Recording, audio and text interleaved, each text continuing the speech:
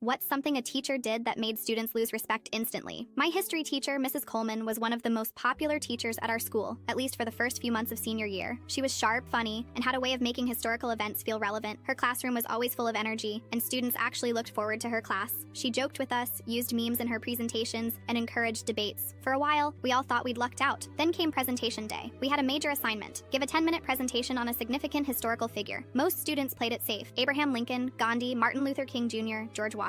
I decided to research a lesser-known civil rights activist who had been instrumental in several landmark protests but never made it into our textbooks. I thought it would stand out. I spent weeks on it. I cross-referenced books and journals, built a thoughtful slide deck, and rehearsed until I could recite it in my sleep. When it was finally my turn, I walked to the front of the class with nerves buzzing but confident in my preparation. 2 minutes in, Mrs. Coleman cut me off. "This isn't what I asked for," she said, loudly. I blinked, stunned. "You're completely missing the point of the assignment," she continued. "This person isn't even relevant. Sit down." The entire class went silent. I tried to speak up, to explain that I'd followed the rubric exactly, that the assignment said significant historical figure, not famous or mainstream, but she waved me off. "Just sit down. You clearly didn't understand the instructions." That's an F. I returned to my seat, humiliated. I felt my face burning. I could barely hear the next student's presentation, which Mrs. Coleman praised enthusiastically, even though it was just a basic summary of George Washington with slides that looked like they came straight from Wikipedia. After class, I was still in shock when my friend Emma pulled me aside. She had something to show me. Turns out Mrs. Coleman ran a blog, very opinionated, very political. And there, in black and white, was a post specifically calling out the activist I had chosen for my project. She'd written about him being overhyped when controversial and a dangerous influence in modern education. She clearly had a personal bias. The next day, I scheduled a meeting with her and our department head. I came prepared, with printouts of the blog post, my complete presentation outline, and the assignment rubric, which I had highlighted to show exactly how my work matched every requirement. The department head listened carefully, reviewing the documents in silence. When she got to the blog post, her face changed. She asked Mrs. Coleman if the blog was hers. Mrs. Coleman didn't deny it. She said it was a personal platform unrelated to class, but it was obvious she had allowed her personal views to influence my grade. 3 days later, Mrs. Coleman was removed from teaching our class. No announcement, no explanation, just a different name on the whiteboard the next time we walked in. The new teacher, a long-term substitute, addressed it briefly. "You're all getting a chance to redo your presentations," she said. "Fresh grading, clean slate?" I delivered the same presentation again. Same research, same slides, same points. This time I got an A.